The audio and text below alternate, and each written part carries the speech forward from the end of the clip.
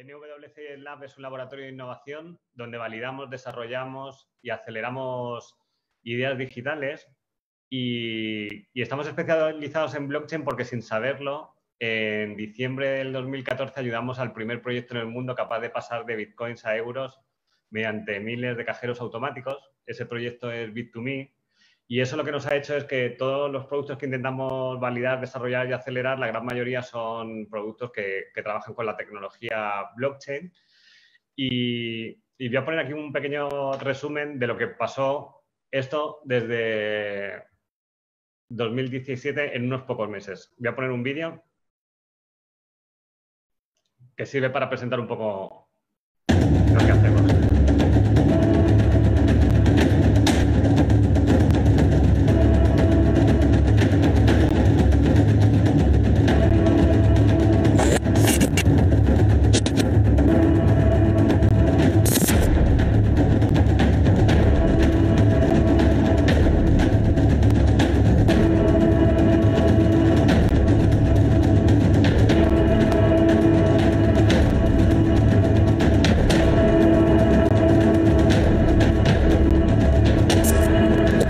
La plataforma líder en España para la compra-venta de bitcoins y uno de los mayores expertos europeos en el sector. Se basa en una tecnología, la tecnología blockchain ahora está muy de moda, todos los bancos están intentando estudiar cómo funciona porque ha sido un descubrimiento único donde miles de ordenadores, en vez de estar solamente en un servidor todos los datos, pueden estar replicados y aunque uno fallase existe el respaldo de cientos o miles de ordenadores.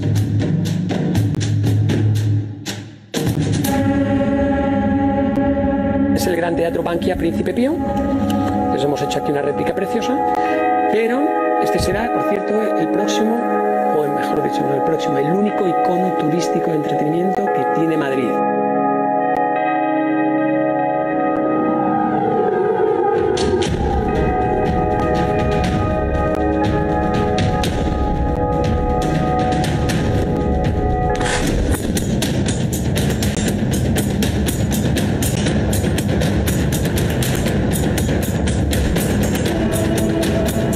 Buenas tardes a todos. Comenzamos este nuevo meetup de NWC Lab.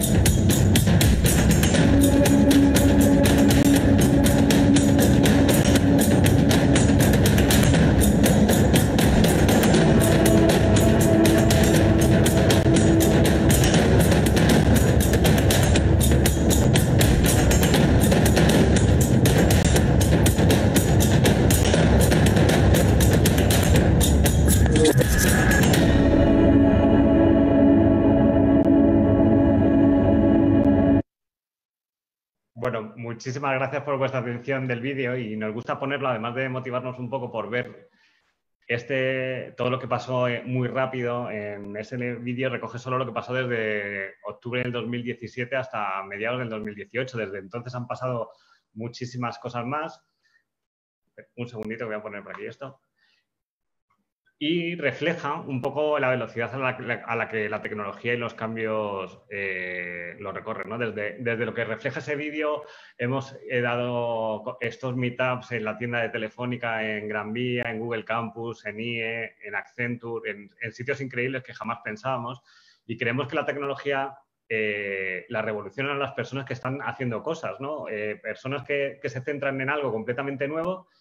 Dentro de 4 años va a ser lo más disruptivo y se van a convertir en pioneros, ¿no? Y eso es lo que basa esta serie de encuentros, que es intentar traer a esas personas que están haciendo cosas excepcionales y compartir todo su conocimiento con muchísimas personas, ¿no? Hoy rozan los 600 inscritos y la iniciativa de realizar los talks le hemos llamado NWC Lab Talks. Lo que intentábamos era, cuando ha pasado todo lo que estamos viviendo ahora mismo en el mundo, dijimos, oye, ¿qué papel tiene blockchain en todo esto, no? Yo creo que la innovación, la supervivencia de hoy es la innovación de hace 4 años, pero lo más puntero, como es blockchain, inteligencia artificial, que parece que no se está viendo, va a ser la supervivencia de la siguiente crisis que venga y lo que nos vaya recuperando de esta. Y con esa misión y sabiendo que blockchain puede ayudar muchísimo, es cuando planteamos estos talks, que eran, mientras que dura el confinamiento, todas las semanas, reunir aquí a personas como Tomás, como Leif Ferreira, que estuvo la semana pasada, es crear una serie de charlas como esta, donde la pregunta es cómo blockchain ayudará en lo que viene y sobre verticales concretos, ¿no? Y, bueno, ya hablando sobre hoy, pues hoy tenemos el placer de tener aquí a Tomás García Meras.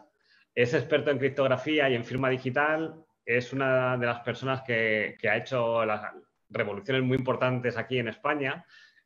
Probablemente vosotros, cuando habéis firmado algún documento digital con el DNI electrónico, que vais a la comisaría de policía por él o a por la clave, ese DNI electrónico se utiliza para firmar documentos, por ejemplo, con un programa autofirma que lo ha usado prácticamente todo el mundo. Y, bueno, y muchos procesos de fábrica de moneda y timbre, Metro de Madrid, Senado, y el artífice que ha estado en muchos de esos procesos es Tomás. Por eso, Tomás, que tiene una amplia visión del sector público y de cómo funciona el gobierno, pues la pregunta fue, oye, Tomás, ¿qué has aprendido tú? Porque todo lo que queremos contar ahora es desde lecciones aprendidas también en los últimos años, cómo lo aplican en el presente y cómo las deficiencias que estamos viendo ahora van a haber oportunidades en el futuro. Y, bueno, Tomás tenía un montón de cosas que contarnos y le voy a dar, he hablado ya mucho. Bienvenido, Tomás, es tu momento. Hola, ¿qué tal? Muchísimas gracias, José, por la invitación. Entiendo que se oye bien, ¿verdad? Sí, perfecto. Fantástico. Bueno, voy a decir, dar las gracias a José y a NC10, que la verdad es que yo creo que desde el laboratorio se está haciendo un muy buen trabajo, porque se están de verdad impulsando iniciativas, se está ayudando a pequeñas empresas a centrar el negocio, a aprender de éxitos que ha tenido el laboratorio como Bit2Me, que ya es una empresa consolidada con decenas de empleados y moviendo mucha pasta. ¿Qué es lo que hace falta? Pues estamos ayudando desde el laboratorio a otros innovadores, pioneros, como le gusta decir a José Luis, a aterrizar un poquito su negocio, a llevarlo atrás, y eso la verdad es que es una satisfacción. Me gustaría poco más, me voy a presentar un poquito antes de que José me pida que me presente. Yo actualmente llevo una gerencia de ventas sector público en la empresa Aplicaciones y Tratamiento de Sistemas, AT Sistemas, y me he dedicado desde el año 2000 prácticamente a temas de sector público relacionados con la criptografía. Puede ser temas de seguridad, puede ser cifrado, firma electrónica, en distintos organismos. La verdad es que después de tanto tiempo lo que me ha valido es para ver cómo ha habido un desarrollo regulatorio que ha permitido que España durante unos momentos esté en la cabeza mundial en administraciones electrónicas y en otros momentos pues sea un bache y vaya a remolque de otros países, de otras administraciones, pero que sea como sea, se están haciendo cosas interesantísimas y ahora en la crisis pues nos hemos dado cuenta de que se han hecho cosas mal que necesitamos solventar y se han hecho cosas muy bien que necesitamos sacarles partido. No sé si cuando José me diga más o menos, empiezo yo. Sí que me gustaría pues eso, hacer esta pequeña introducción. También, y hablo aquí un poquito, no quiero que nadie se tome esto como una crítica política, en absoluto. Yo, de hecho, como me dedico al sector público, intento no pisar donde no debo. Esto es, digamos, siempre desde el punto de vista del sector público. El sector público ha hecho cosas mal, está haciendo cosas mal, ha hecho cosas bien y está haciendo cosas bien.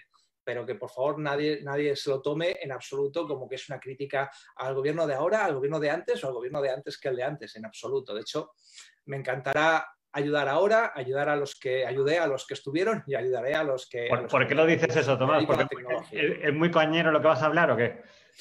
Hay una crítica feroz al principio, porque me gustaría hablar de por qué lo que está pasando no debería estar pasando, porque hemos tenido el mandato de prever toda esta situación. Entonces, claro, es una crítica abrupta, incluso hay gente que puede creer que está fuera de sitio, porque es una introducción que yo hago para ver cómo hemos llegado a lo de ahora y que puede ser un poquito dura, pero ya te digo, es con el ánimo de aprender de los errores pasados. Bueno, pues vamos a ir hacia adelante. Voy a decir un poco la mecánica de todo el encuentro. Vamos a estar una hora con Tomás, ¿vale? También queríamos hacerlas como muy compactas estas charlas. Luego a las 7:40 vamos a empezar las preguntas, ¿vale? Para no demorarnos, o sea que si tenéis preguntas podéis ponerlas por aquí, por el sistema, que hay un sistema de preguntas y respuestas. Y luego, a las 8:15, entraremos en un taller más pequeñito, porque una cosa que nos pasa, y nos pasa en los eventos físicos, es que viene muchísima gente y no somos capaces de hablar con todos. A nosotros también, cuando organizamos todo esto, conocer muchas personas. Y en el que hay, lo voy a poner aquí, vais a tener el enlace de la siguiente charla y también, para haceros súper pionero, que todos los que sois súper pioneros, inmediatamente os metéis en un grupo de Telegram para enteraros de todas las salas privadas y todos los encuentros que hacemos con unos pocos para activar estos proyectos y también para preguntarte a ti luego, ¿vale? A las 8:15. Así que adelante, Tomás. Venga, además, como vamos poco mal de tiempo, y yo he hecho una introducción, ya digo, muy crítica, muy ácida, pero creo que es interesante. Entonces, si puedes, José, pasas la presentación. La presentación tiene mucho texto, pero yo os ruego, por favor, que no os entretengáis con el texto. Lo vamos a intentar hacer todo lo amena posible. Voy a hacerlo aquí, vamos para ello. Un segundito, Tomás. Voy a dejar de compartir esta pantalla y voy a la de tu presentación. Un momento. ¿Se ve tu presentación ahora? A ver, un momentito, perdona. ¿Se ve la tuya o no? Ahora sí. Venga, muy bien. Venga, pues vamos a ello. Vamos a estructurarla con un punto de partida donde me voy a remontar muchos años atrás, donde ya empezamos a prever que nos podía llegar una catástrofe de este estilo y donde tuvimos un mandato para poner medidas. ¿Qué situación actual tenemos? ¿Qué está funcionando mal? Porque en el fondo nosotros, los tecnólogos, los consultores, vivimos de las cosas que funcionan mal, vivimos de arreglar lo que funciona mal, incluso de crear nuevos problemas para luego solucionarlos y efectivamente, ¿y qué soluciones vamos a poner sobre todo esto?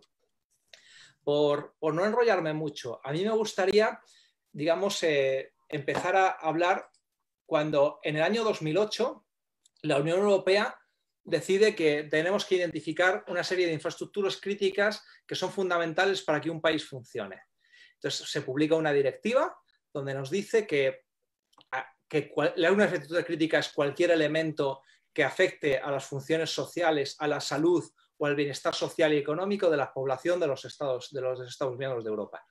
Esto yo creo que, si bien, y ya lo veremos, todo este plan de protección de infraestructuras críticas se ha estado muy orientado por los gobiernos a la protección física de edificios, que no me tiren un edificio, que no me pongan una bomba en una central térmica, cosas de ese estilo, pero en el fondo, digamos que cualquier cosa que afecte claramente al bienestar social, económico y la salud, podemos decir que una pandemia entra en esta definición y que nuestra infraestructura sanitaria entra claramente en una infraestructura crítica. De hecho, la Unión Europea ya habla de las infraestructuras sanitarias como infraestructuras críticas. Entonces, como cualquier directiva europea, obliga a los Estados miembros a crear unas leyes, una transposición de la directiva en la que se empiecen a abordar estos temas.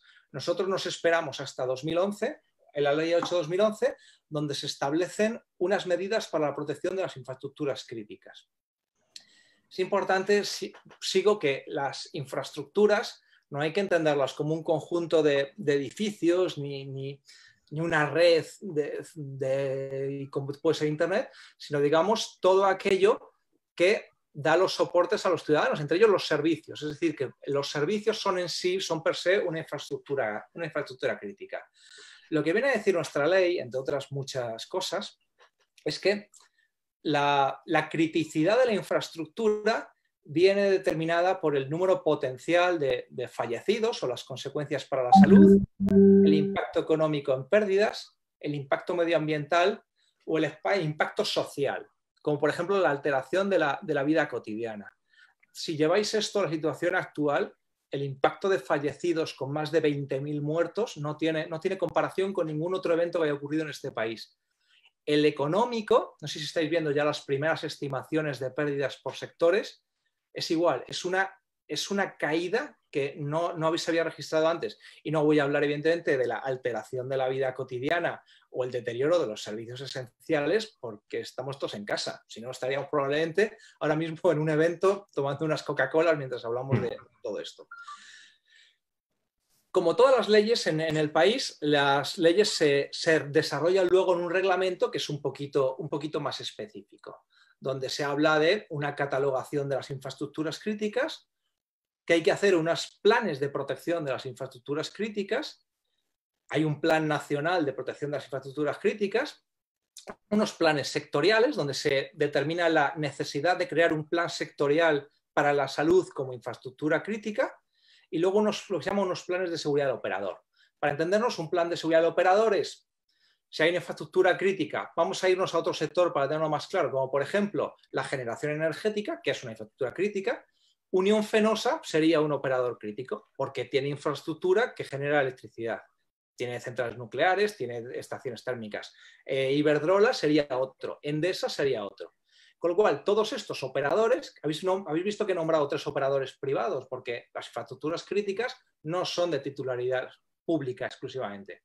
Puede haber parte privada, parte pública, parte incluso compartida, con lo cual obligas a estos operadores que se designan en los planes sectoriales a establecer unos planes de seguridad, que es qué vas a hacer en caso de.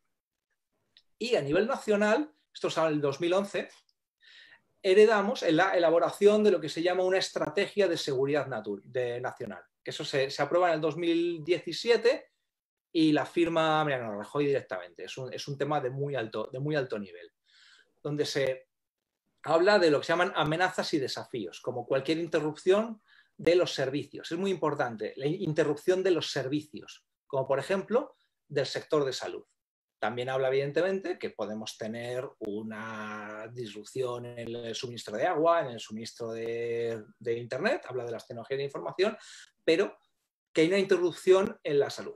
También creo que tenemos claro que el virus ahora ha supuesto una merma terrible en los servicios de salud. Yo, de verdad, me daría mucho miedo ahora tener un accidente de coche, porque no voy a tener la misma atención si tengo un accidente de coche ahora que si lo hubiese tenido hace 6 meses. Tenemos los hospitales colapsados, las UCIs están mal, los quirófanos con problemas de reserva, los médicos con agotamiento y estrés y además de sobrecarga de trabajo. No estamos en el mismo nivel de servicio. A mí me parece importante ver que en nuestra estrategia de seguridad nacional se sigue pensando en una protección de los edificios. No es broma, tenemos no sé por qué una fijación en las que nuestro servicio de salud se sustenta por los 4 ladrillos que conforman el Hospital de la Paz o el Hospital Gregorio Marañón o el Hospital La Fe de Sevilla. No, porque de hecho habla de que el plan, si lo leemos, dice que identifican que las amenazas que revisten mayor gravedad son aquellos que tienen origen en actos deliberados. Y lo pone en la frase, es tal cual.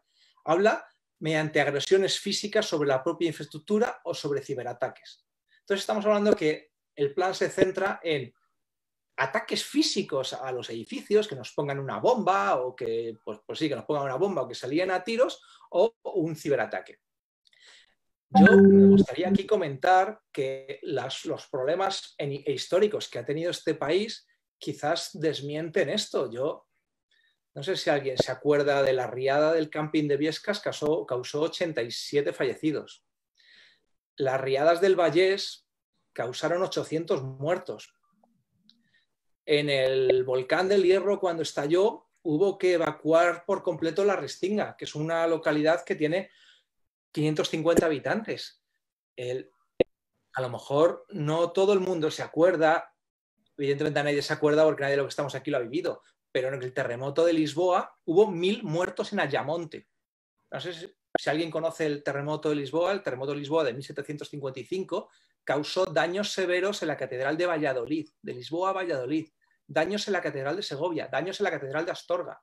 Entonces, y causó 1000 muertos en Ayamonte, causó muertos por toda España y fue en Lisboa el epicentro. Entonces, decir que nuestras mayores amenazas a las infraestructuras críticas vienen por parte de agresiones físicas de señores con bombas, señores con metralletas, me vais a permitir que lo cuestione por completo. Después de la aprobación de nuestro Plan de Seguridad Nacional, se aprueba un plan estratégico de protección de la salud con infraestructura crítica en 2018. Que este plan, me corrija alguien si lo encuentra, pero hasta donde yo sé es secreto y no sabemos el plan.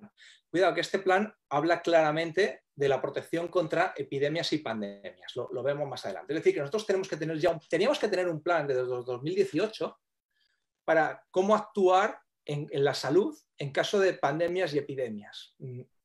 También permito cuestionar, porque el plan es secreto, pero lo que estamos viendo día a día no parece ser un plan trazado de antemano. Parece ser que, digamos, que se está actuando de forma reactiva contra las amenazas. Bueno, y tanto, ¿no? Ayer, por ejemplo, decían que los niños no iban a... Yo también voy a ir interactuando. Sí, por supuesto. Y se sabe todo, no sé de dónde saca tanta información, la verdad, pero bueno, lo vimos ayer, ¿no? Que se podían salir los niños, no se puede y de repente se puede. Y eso no se puede pensar antes, ¿verdad? Esas cosas, ¿no? Claro, es un problema. Y luego... No hay plan. Se puede decir que no había plan, ¿no? Yo empiezo a cuestionar y ahora lo voy a cuestionar con cifras. Este es el plan general de la salud para protegernos contra pandemias y epidemias, además de otros problemas como un ataque biológico. Siempre nos vamos a la parte más militarizada. Pero luego se crean lo que comentaba antes, los planes de seguridad del operador, donde pongamos que yo soy la Consejería de Salud de la Comunidad de Madrid, pues hago mi plan específico para proteger mis infraestructuras. Lo que me hace pensar que esta parte no está muy, digamos, muy trillada es los costes, porque estos están todos en la plataforma de contratación del Estado, podemos hacer un seguimiento bastante bueno, y ya me estoy enrollando mucho con la introducción, pero bueno, de cuánto costan estos planes de seguridad del operador, los datos son públicos. Para hacernos una idea, Metro de Madrid, que es una infraestructura crítica, como no podía ser de otra forma, saca un concurso que gana Ernst & Young por 82.000 euros. ¿Nos puede parecer razonable o no? Bien. Renfe saca en 2016, el de Metro fue 2018, su plan, que lo subcontrata a PricewaterhouseCoopers, y lo saca por unos 70.000 euros. Entra dentro de por lo menos las cifras. La Junta de Andalucía saca su plan de protección de infraestructura de todas las infraestructuras críticas dependientes de la Junta de Andalucía, creo que se quedaba excluido el Servicio Andaluz de Salud, por 18.000 euros. Aquí empieza la primera discrepancia. ¿Cómo Metro de Madrid cuesta 82 y toda la Junta de Andalucía cuesta 18? ¿Ya? Pero, por ejemplo, el Consorcio de Aguas de la Zona Gaditana saca su licitación con un importe, la licitación en sí, de 258.000 euros. Entonces, es cuando no me cuadra nada. O sea que la empresa de aguas de Cádiz, su plan cuesta 258.000 euros, el de toda la Junta de Andalucía cuesta 18, el de Renfe cuesta 68. Está claro que tenemos, o primero, una mala gestión de los recursos públicos, porque unos han tirado por abajo, otros han tirado por arriba, claramente. A mí, viendo las cifras, porque yo no soy un experto en redes de distribución de agua, pero voy a entender que Metro de Madrid es una infraestructura como mínimo igual de complicada que la gestión de aguas de Cádiz o por el estilo, pero no 7 veces más, que estamos hablando de una licitación que pasa de 18.000 euros a 258.000 euros. Eso quiere decir que ahí nos ha hecho un tema muy serio. Que hay unos que yo particularmente opino que unos se han quedado cortos y otros se han pasado de frenada. Además, yo creo que al precio que tienen estas consultoras, eso no es nada, eso es un fin de semana trabajando ellos, yo creo, ¿no? Eso es otra cosa criticable, efectivamente. Entonces, vamos Te voy a dar un poco de velocidad y vamos a retrasar las preguntas, que no van a ser a las 7:40 porque si no, no vas a contar todo lo que quieres contar. Te voy a dar un poco de velocidad para que podamos participar, ¿vale? Sí. Voy a revisar ya, de verdad que termino esta introducción rápido con la Estrategia de Seguridad Nacional. Define lo que se llaman unas amenazas y unos desafíos. Está en amenazas y desafíos porque está a distintos niveles. Las amenazas es como una amenaza, digamos, es lo que podemos entender por el diccionario. Las amenazas son cosas, digamos, de prioridad o de importancia más alta que los desafíos.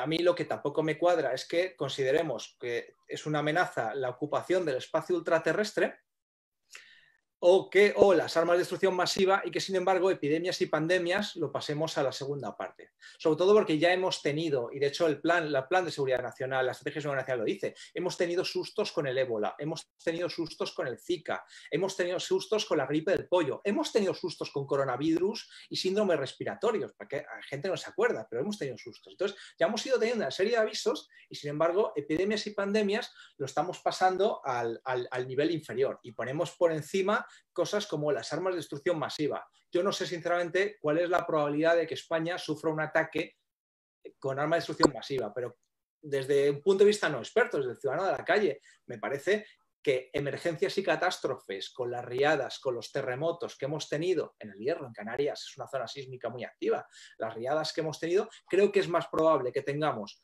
una catástrofe de tipo natural o una pandemia, epidemia, que alguien nos ataque con un arma de destrucción masiva. Desde un punto de vista, digo, de la lógica ciudadana. ¿Y cuánto se gastaron en el...? Desde un punto de vista militar. Aquí todo Tomás, se arregla a tiros. Entonces, ¿tú puedes saber cuánto se gastaron en el plan de por ejemplo, eso, de armas de destrucción masiva? La mayoría de estos contratos salieron por seguridad nacional de forma restringida, con lo cual no hay información pública.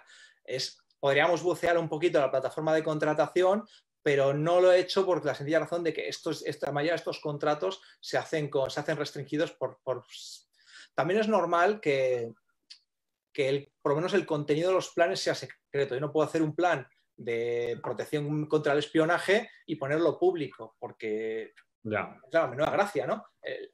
Pero hay otros que, por ejemplo, la protección contra el cambio climático o las epidemias y pandemias o las catástrofes tampoco tienen mucho de secreto. De hecho, al revés, cuanto más público sea, más información tienen pues, todo el mundo para podernos adecuar a este plan. Pero bueno, un poco dentro de la privacidad que necesitan todas estas cosas, lo que nos estamos dando cuenta es que se están viendo todas las vergüenzas de los planes de actuación y todo eso, ¿no? Sí, pero lo malo de esto es que heredamos de hace más de 10 años. Es decir, que esto ocurre mucho. Hacemos un plan suponiendo que no va a ocurrir, porque, sinceramente, el que haga un plan contra un ataque con armas de destrucción masiva tiene en la cabeza que nunca va a ocurrir, con lo cual puede relajar la calidad de ese plan. Igual probablemente pasó con el que hizo el plan contra epidemias y pandemias. Digamos, hacemos un plan, esto no va a ocurrir nunca, lo hago más o menos, etcétera. Pero el problema es que sí que ha ocurrido. El plan de seguridad, de hecho, si veis, esta es la redacción. Ya nos habla de los sustos que hemos tenido, habla de las enfermedades, habla de los SARS, que es con coronavirus, que es la que hemos tenido, habla del ébola, el Zika, en fin, que todo esto es nuevo. Con lo cual, llegados a este punto, nosotros tendríamos que tener un plan súper detallado de acaba de llegar la pandemia, vamos a seguir nuestro plan para el cual llevamos 10 años preparándonos. Evidentemente, no creo necesario ahondar ahí, meter el dedo a la llaga, que no tenemos un plan, que estamos actuando, digamos, pues, según vienen las situaciones. Antes del plan del 2007, antes no había absolutamente nada. Antes, hombre, yo supongo que sí, pero quizás dependiente de protección civil. La ventaja de esto es que como es una obligación europea, también, digamos, se establecen, pues por lo menos ya te obligan a hacerlo y además de una forma muy particular. Yo creo que la idea no es mala, solo que en el caso de epidemias y pandemias ha estado muy mal ejecutado. Si vemos en pantalla cómo nos preparábamos, pues muy mal. Revisar los planes de preparación. ¿Cómo que revisar los planes de preparación? Tengo que revisar el plan con el que me preparo para que ocurra. No, perdona, yo tengo que tener un plan para cuando ocurra seguirlo. Punto A. Además, no somos el origen de la infección. A China le puede venir por sorpresa, incluso a Italia le puede venir por sorpresa. A España no le puede venir por sorpresa. Sabíamos el comportamiento previo en 2 países. Incluso ahora tenemos el comportamiento previo italiano, que nos está valiendo muy bien como referencia. Ahora ya estamos a la par, pero llevábamos unas semanas de ventajas para ir actuando. No nos vale. Lo que no me puede decir es que tengo que... Uno de los puntos que pone es mejorar aquellos hospitales que son capaces de tratar el ébola para que puedan tratar otras enfermedades. ¿Cómo? ¿Que un plan contra una pandemia significa mejorar 3 hospitales en toda España? No, yo tengo que mejorar toda mi red de salud. Y este plan es digamos, muy, muy, muy malo. Y ya y voy a intentar terminar con la introducción. Hay 3 cosas que me llaman la atención. Primero, que en dotación de medios, porque en un plan de este estilo debería haber puntos que sean la dotación de medios. Solo hablamos que hay que dotar de medios a las Fuerzas Armadas. No hablamos de dotar de medios al sistema sanitario. Fantástico. Es que creo sinceramente que incluso en caso de un ataque con armas masivas también hay que dotar de medios al sistema sanitario y que en una catástrofe natural también necesitaremos dotar de medios al sistema sanitario. Solo lo nombramos para defensa nacional y fuerzas armadas. En control de las capacidades y recursos críticos, que es muy importante. Ahora estamos viendo que no sabemos cuántas camas de UCI hay libres en los hospitales privados, que las comunidades informan como les da la gana, que no sabemos dónde están las mascarillas ni qué homologación tiene, que no sabemos dónde están los respiradores. Pues esta sección solo aparece en emergencias y catástrofes y además atribuida a protección civil. Y luego en la parte de seguridad económica y financiera, ¿cómo protegemos al país financieramente? Vale que aquí tenemos una gran dependencia de Europa, porque estamos en una moneda única, porque si se sacasen bonos, pero aún así, si nos leemos el plan, no dice absolutamente nada. Que tenemos que tener una economía fuerte, ¿no? Claro, sí. Y lo que digo yo aquí, y si no hay crisis, también deberíamos tener una economía fuerte. Entonces, por ya terminar esta introducción, para que veamos la magnitud, tenemos 20.000 fallecidos. 20.000 fallecidos. El total de víctimas reconocidas por terrorismo en la estimación más amplia, donde se reconocen más víctimas del terrorismo, hay 6.000. Aquí estamos desde 1960. Aquí tenemos que unos meses hemos tenido más de 21.000 fallecidos, creo que vamos. Tenemos, solo en el sector turístico se han dicho que se han perdido 124.000 millones de euros. 124.000 millones de euros. La pérdida de empleo es terrible. Estamos aquí hablando de pérdidas de afiliados a la seguridad social, pero vamos a tener una recuperación lenta. El sector turístico está prácticamente destrozado. Hay muchas empresas que están caídas. Es curioso que en un mundo conectado como el que tenemos, no sé cómo no se tomó en cuenta, porque nadie lo tomó. Yo creo que el mundo vive en paz por el turismo, porque se intercambian gente de un país a otro, hay relaciones, etcétera.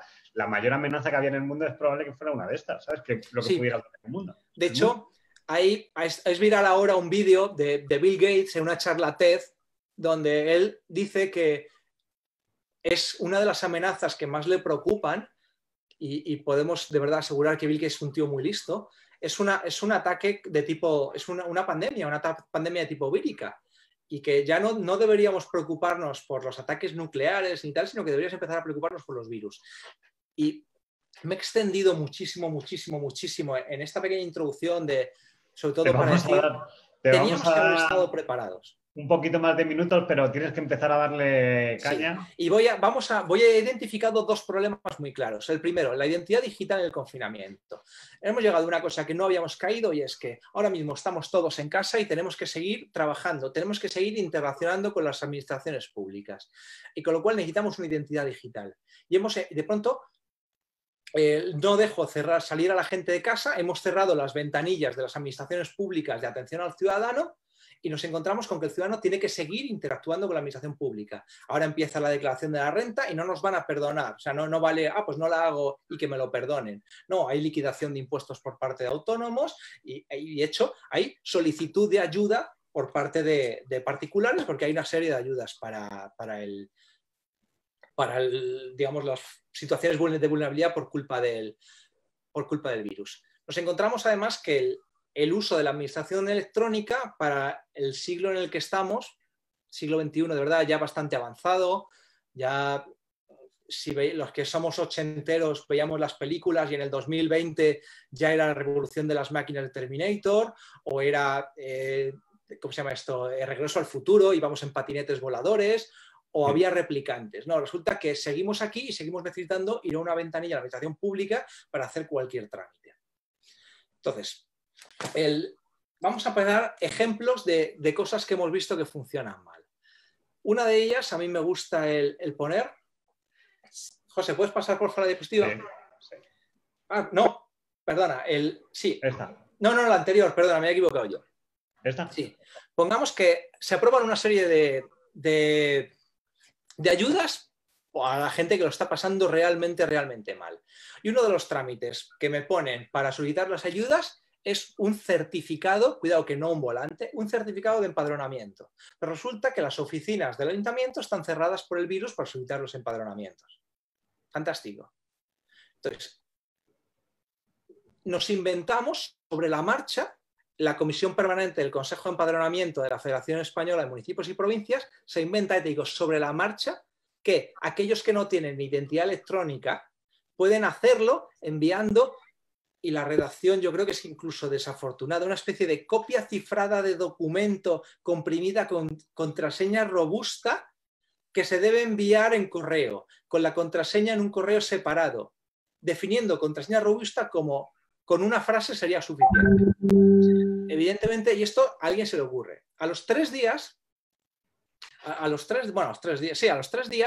la federación, esta comisión permanente decide que esto no parece especialmente sencillo para los ciudadanos, entonces viene a decir que les escribamos una carta firmada manuscritamente pidiendo el certificado de empadronamiento, y a esa carta le llegamos una foto con el móvil y la enviamos y ya nos envían el certificado por correo electrónico. Esto en general, esto es un despropósito. Para que alguien se haga una idea, en la administración pública tiene un servicio que es interno y solo pueden usar ellos, que se llama SECOPA, que es el servicio de consulta de datos padronales. Eso quiere decir que la administración pública puede acceder a nuestros datos de padrón. Y además tenemos una estupenda ley que, cuidado, es del 92, es del año 92, que hemos tenido mucho tiempo para adaptarnos y que además esto se ratifica en la Ley 39/2015, que dice que la administración pública no nos puede pedir un papel que ya esté en su poder. Y además tenemos otra ley, que es la de régimen jurídico de las administraciones, que dice que no hay dos administraciones, el ayuntamiento y el ministerio, o la diputación y el cabildo, que la administración pública tiene personalidad jurídica única. Es decir, que en base a una ley del año 92 no me deberían pedir este certificado, debería el ministerio pedírselo al ayuntamiento y a mí dejarme en paz. Entonces estamos incumpliendo una ley, ya te digo, que sería la ley 39, la del 92, que creo que la ley 30 de 1992, ¿acordáis? COVID y el Curro de Sevilla, y me ponen una serie de instrucciones de cómo proceder en base a la propia ineptitud, la propia inoperancia de la administración pública de cumplir las leyes que ellos mismos van aprobando. Esta ley del 92 se vio ratificada en la ley 11/2007 y ahora en la ley 39/2015. Es decir, que hemos tenido mucho tiempo para permitir que un ministerio pueda pedirle a un ayuntamiento los datos de padrón de un ciudadano sin que el ciudadano tenga que intervenir. Y ahora, claro, la gente a la hora de pedir ayudas y pedir créditos y demás se ve bloqueada porque no puede. Se ve completamente bloqueada y esto es una auténtica locura. Otro ejemplo muy tonto. Es más, yo puedo decir o creo que la gente que puede estar más digitalizada son los que más tienen y los que menos tienen no van a poder pedirlas, ¿sabes? Sin duda, la gente que está en situación de vulnerabilidad son los que, si le dices, usted debe enviar un documento cifrado, comprimido, con contraseña robusta y tal, son los que no van a poder hacerlo. Me lo piden a mí, a ti, pues sí, vale, lo meto. En el fondo se están refiriendo a que lo metas en un zip con contraseña. Pero claro, la redacción... Y empieza entonces a aparecer una serie de trámites en los que nos dicen, por ejemplo, la agencia tributaria entiende que la suspensión de plazos administrativos decretada en el estado de alerta significa que nuestra identidad digital, si ya la teníamos de antes, no caduca, con lo cual podemos hacer la declaración de la renta con los certificados digitales de fábrica, nombre y timbre, aunque estén caducados.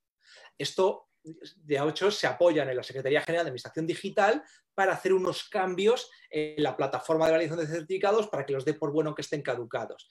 También te advierten que es que los navegadores web no funcionan con certificados caducados. Te dicen que uses Firefox porque en Chrome no va bien, en Internet Explorer menos, ya empezamos con problemas.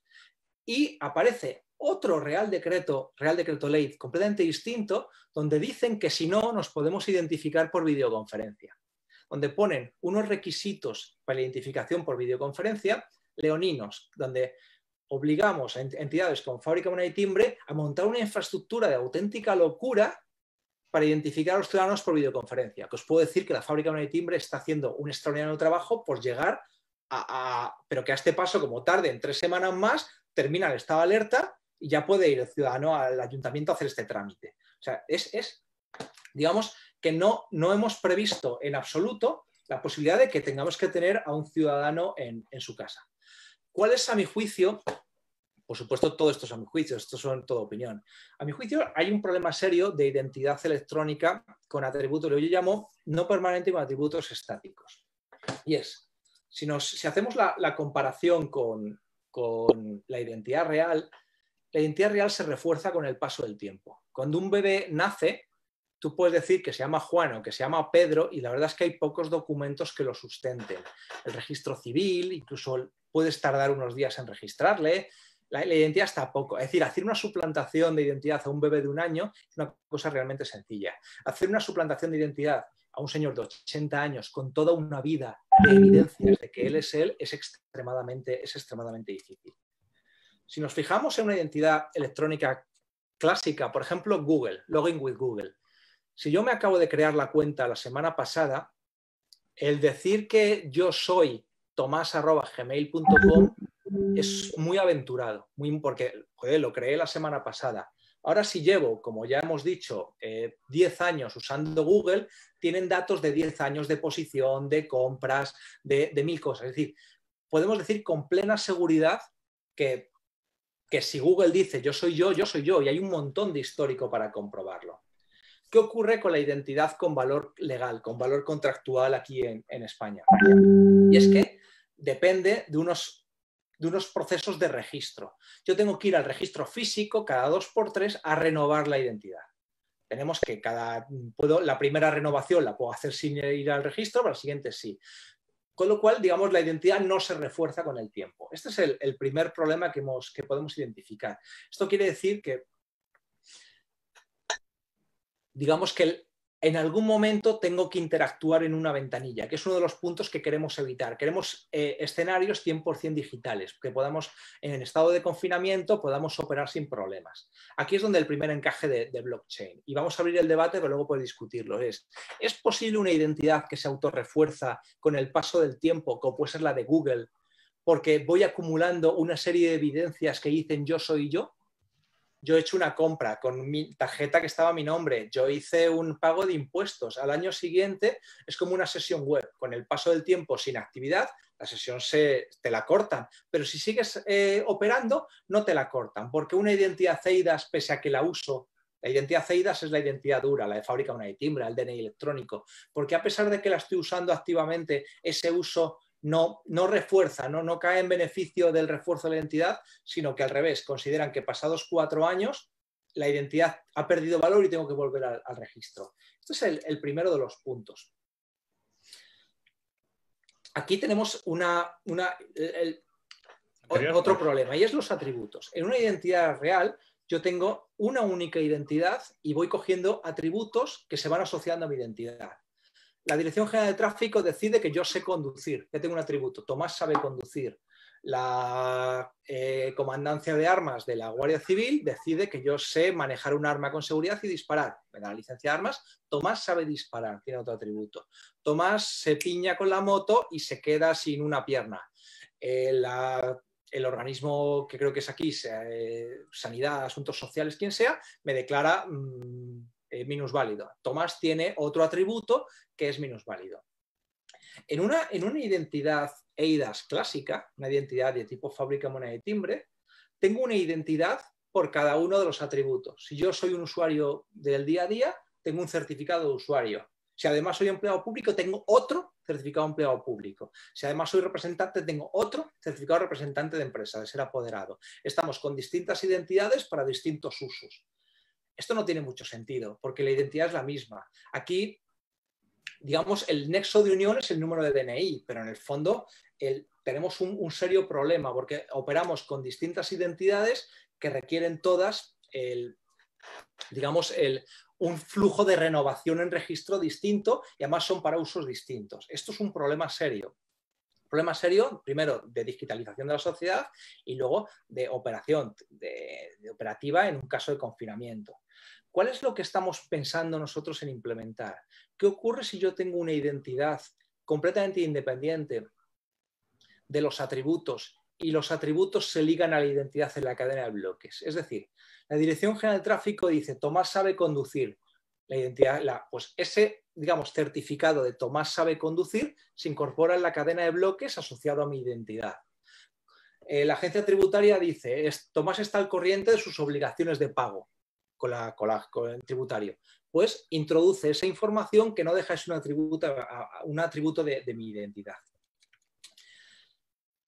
Vamos a analizar un poquito el ejemplo que nos pone Price para este tipo de manejo de atributos. Y vamos a intentar sacarle fallitos porque es la forma de mejorarlo.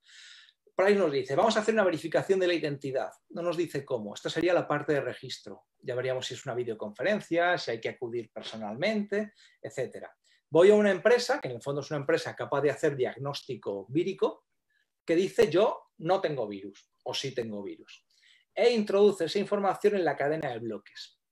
Y además yo tengo una referencia a esa información en la cadena de bloques que almaceno en mi móvil.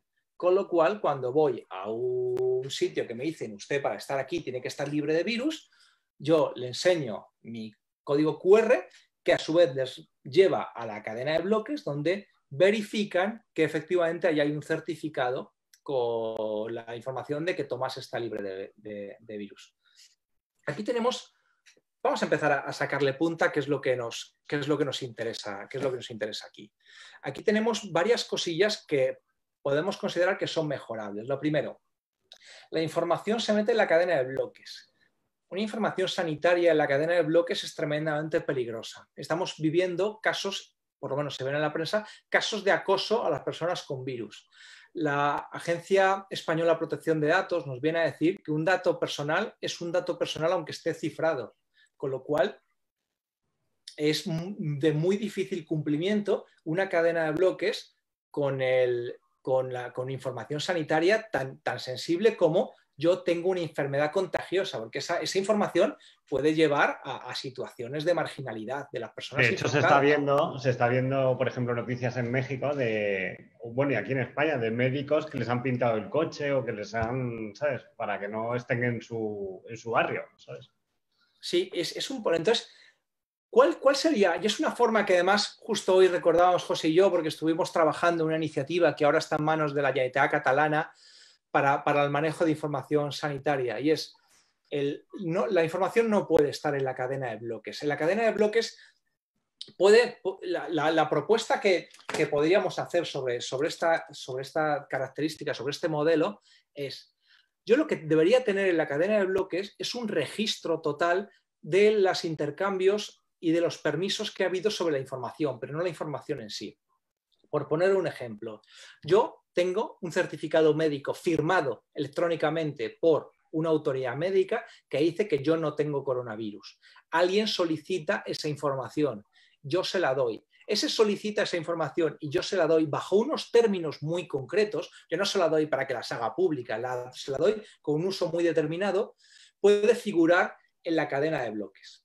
En la cadena de bloques es importante porque, digamos, podemos tenerlo en una función de registro de ese contrato. Esto no deja de ser un contrato, no es un contrato mercantil al uso, pero es un contrato con un clausulado. Yo te cedo esta información para que tú la uses exclusivamente para dejarme pasar a este recinto o para dejarme volver a mi puesto de trabajo. No te la estoy dando para que la compartas y me marginen en mi barrio. Y además el registro hace una especie de elevación a público. La elevación a público es cuando nosotros, digamos, hacemos que un contrato entre unas partes sea oponible ante terceros. Es lo que normalmente llevamos, pues un contrato mercantil lo llevamos al notario para...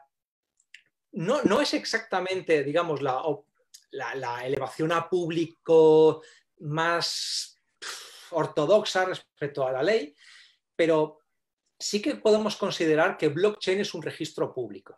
Esto también implica a que quien hace el registro de todas estas transacciones dentro de la blockchain, porque lo pueden hacer tanto los particulares como una autoridad de registro, como una serie de registrador colegiado que además puede certificar la autenticidad de los documentos registrados.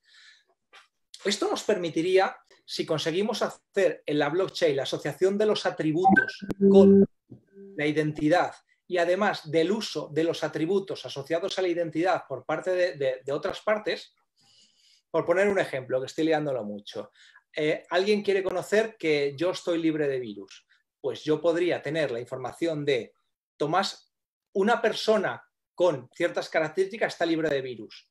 Tomás está dentro de la blockchain. Yo autorizo a que se asocie el atributo de está libre de virus con Tomás, con lo cual ya tenemos la información de Tomás está libre de virus a un tercero bajo un clausulado muy concreto.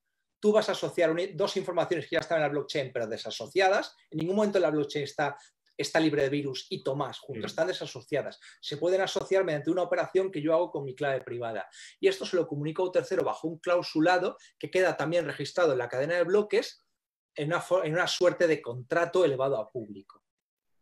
De tal forma, además, que yo puedo jugar con los atributos uno a uno. Tomás está libre de virus, pero no te digo por ejemplo, si soy mayor de edad, porque ni dónde vivo, porque no te interesa en absoluto.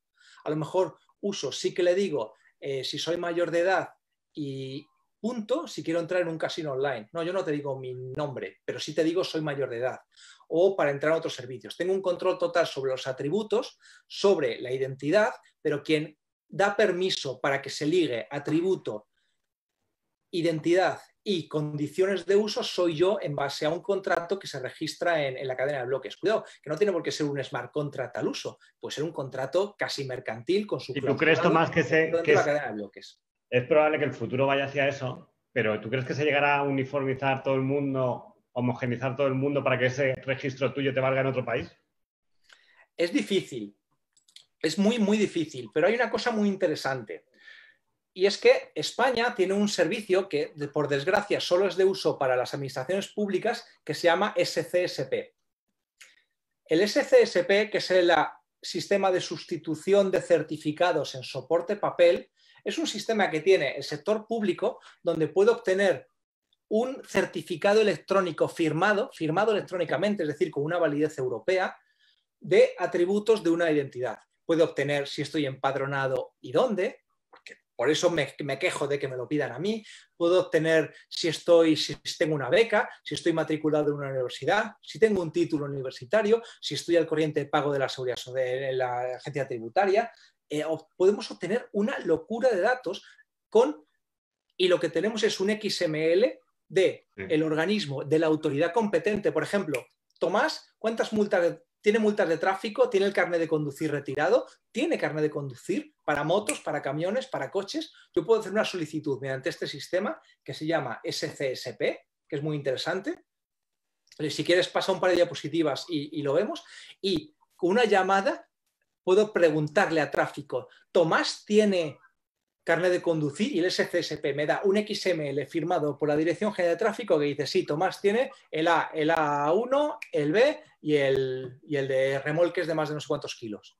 Entonces, imaginaros que todos esos alegatos que están firmados legalmente, yo los pudiese, digamos, llevar a la cadena de bloques anonimizados y que yo estuviese en mi mano, en mi clave privada, la posibilidad de ligarlos a mi identidad real.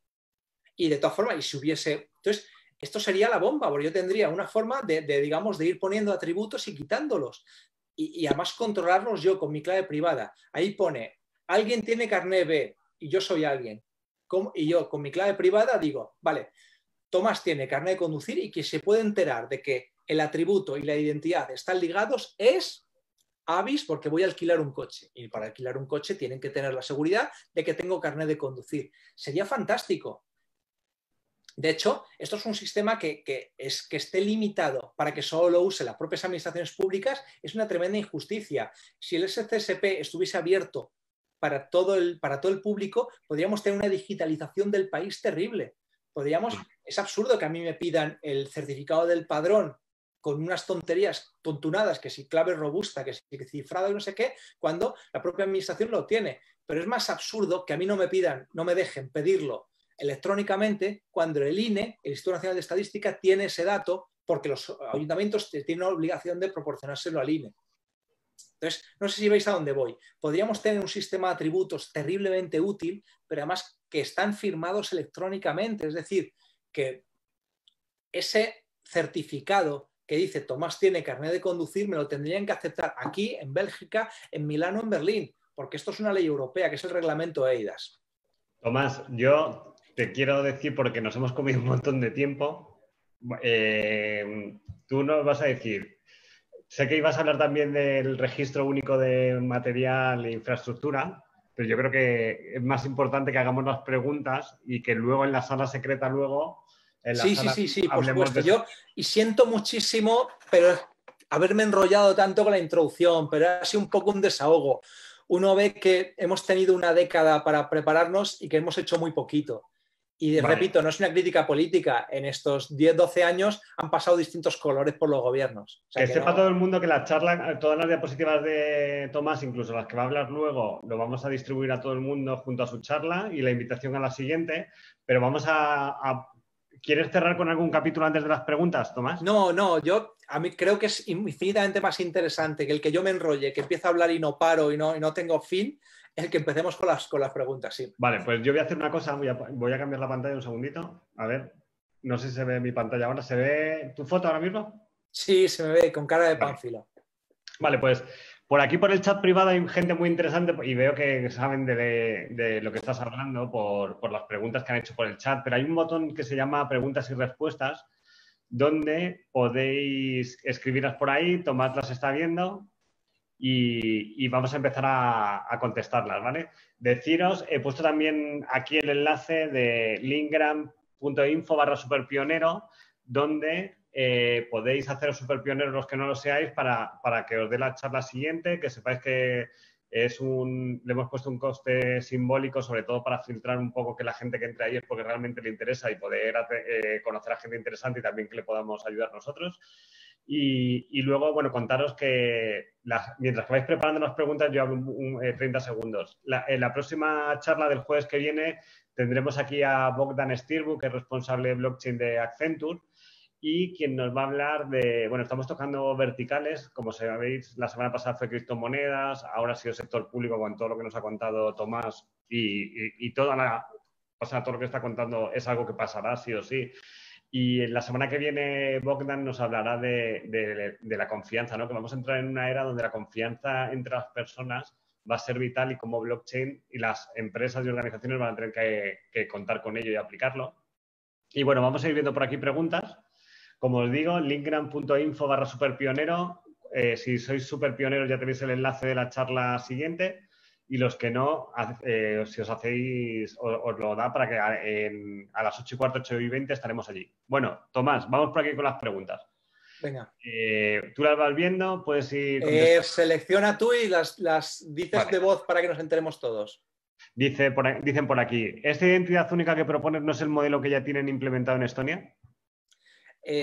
No exactamente, vamos a ver, los modelos en Europa son todos el modelo EIDAS, que es súper rígido. Tened en cuenta que aquí tenemos un reglamento europeo y los reglamentos son de aplicación directa en todos los Estados miembros, y de hecho definen niveles de identidad. Otra cosa es que EIDAS habla de niveles más bajos de identidad y ahí da más pie a la imaginación. Por ejemplo, en España podemos hacer la declaración de la renta solo si no sabemos el valor de la casilla no sé qué, o con un SMS si usamos clave PIN. Esos son, digamos, identidades que valen para ciertos trámites de nivel inferior. La agencia tributaria admite cualquier cosa porque es un organismo recaudador. Entonces, mientras tú pagues, pero organismos pagadores, la diferencia es evidente. Para el Estado, para recibir dinero, no te va a poner ninguna traba, pero para darte dinero ya verás que sí.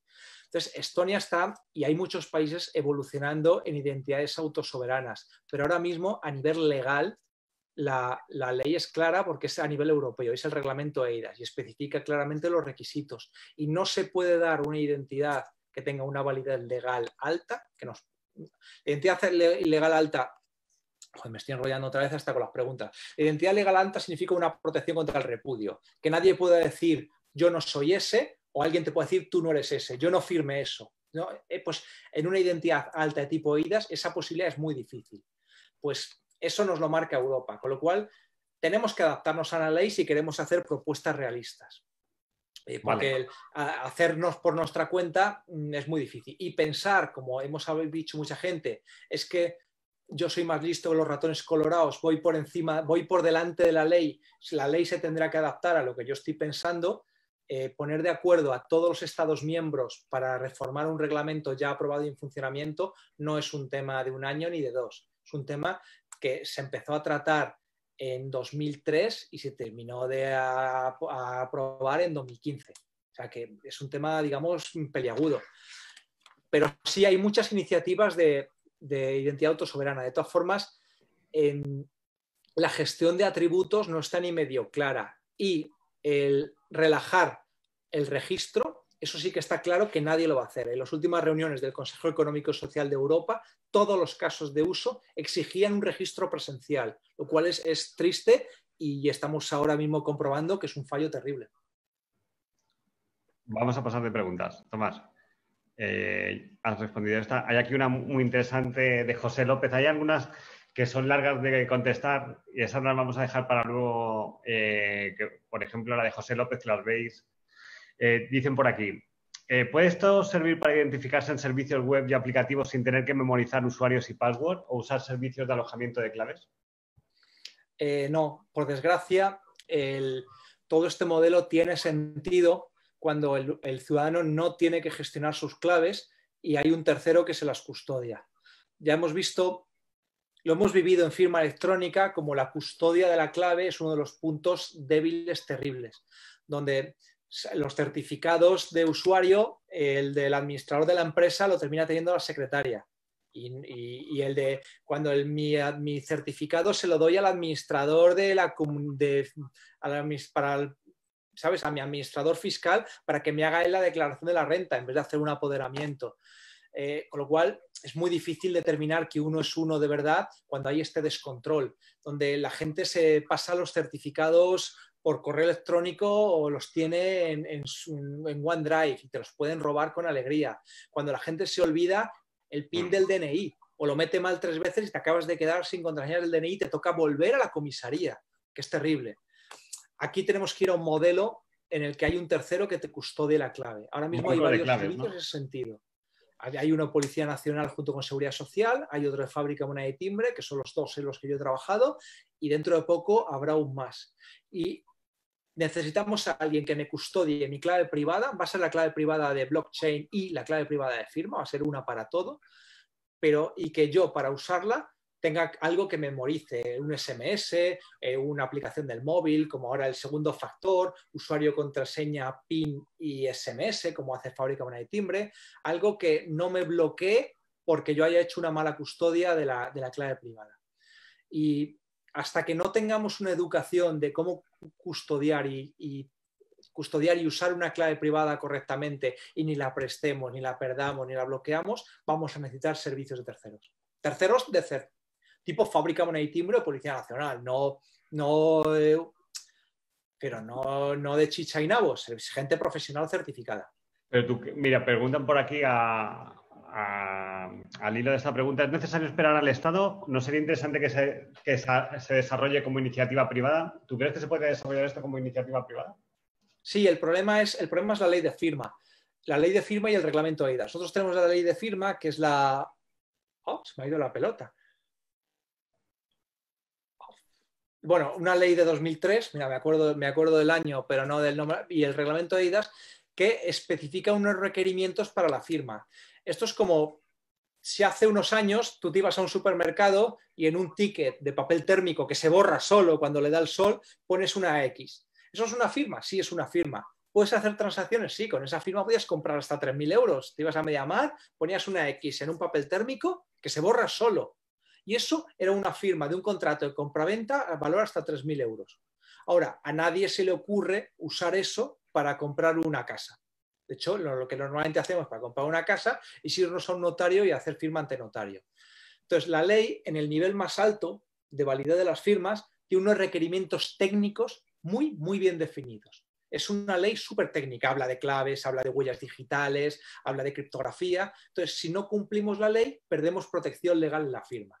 Entonces, claro, para hacer transacciones chicha y nabo, como comprar en MediaMarkt una tele de 2.500 euros, vale. Pero para transacciones más importantes necesitamos cumplir la ley para tener luego la protección de la ley. O sea, que no es cumplir la ley porque alguien me obligue y no voy a la cárcel. No, es porque si algo se tuerce, querré que la ley esté de mi parte. Y para eso, por ahora, tengo que cumplir la ley y no puedo salirme de ella. Y como dije, al ser una ley para toda Europa, es muy difícil de cambiar. No lo puede hacer un país solo. Voy a seguir por aquí con las preguntas. La validación única de identidad permitiría reducir los... Hay muchísimas preguntas y agradecemos todas las que está viendo. No menciono a... Bueno, voy a empezar a mencionar a las personas. Ramón Puentes. La validación única de identidad permitiría reducir los trámites entre países. Sin embargo, requiere voluntad política entre países como ir cambiando la posición cambiando la disposición de cada país para lograrlo. Yo creo que esto es un tema muy, muy, muy interesante, porque lo que requiere es una capacidad técnica que, sinceramente, para los recursos con los que cuenta la Unión Europea, sería el chocolate el loro. Nosotros tenemos en España una plataforma de validación de certificados que igualmente, por desgracia, solo está disponible para el sector público, lo cual limita a las industrias privadas desarrollarse y digitalizarse, pero bueno, que se llama @firma, que valida identidades de cualquier prestador de conocido en España. Camer Firma, Firma Profesional, Fábrica Unida y Timbre, el DNI, hay como 40. Hay privados, está el Banco Santander. Y de hecho, valida un montón de identidades. Y eso es una plataforma con un servicio web donde yo le paso una identidad y me dice, ¿es válida o no? Le paso una firma electrónica, un documento firmado electrónicamente o con una identidad y me dice, bien firmado o mal firmado. ¿Qué pasa con Europa? Pues tenemos una cosa que se llama TSL, que es una lista con todos los prestadores que hay en Europa. En España debe haber unos 40, pues multipliquemos 40 por todos los países miembros.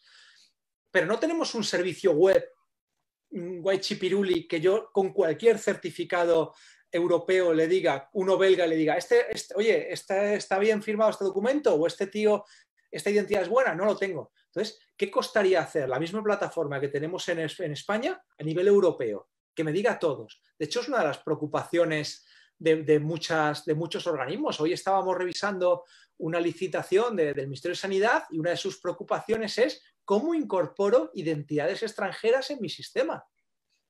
Y de hecho, cuando vamos a interactuar en una administración pública y entramos mediante el sistema clave, pues si veis, a veces aparece una tercera opción a la derecha del todo que pone entrar con identidad europea. No sé, viene la bandera europea con estrellitas. Siempre está deshabilitada porque no lo tenemos. Pero eso con los recursos que tiene Europa, montar una plataforma técnica informática que abriendo esos servicios cuesta nada. Pero lo peor de todo es que encima la que tenemos en España, que es bastante buena para los prestadores españoles, es de uso exclusivo del sector público. Nosotros queremos digitalizar empresas, además de también digitalizar al gobierno. Bueno, he de decir que Tomás sabe mucho, bueno, a mí me lo parece que sabe muchísimo y además que le encanta todo lo que hace. Sigue habiendo, vamos a hacer la última pregunta.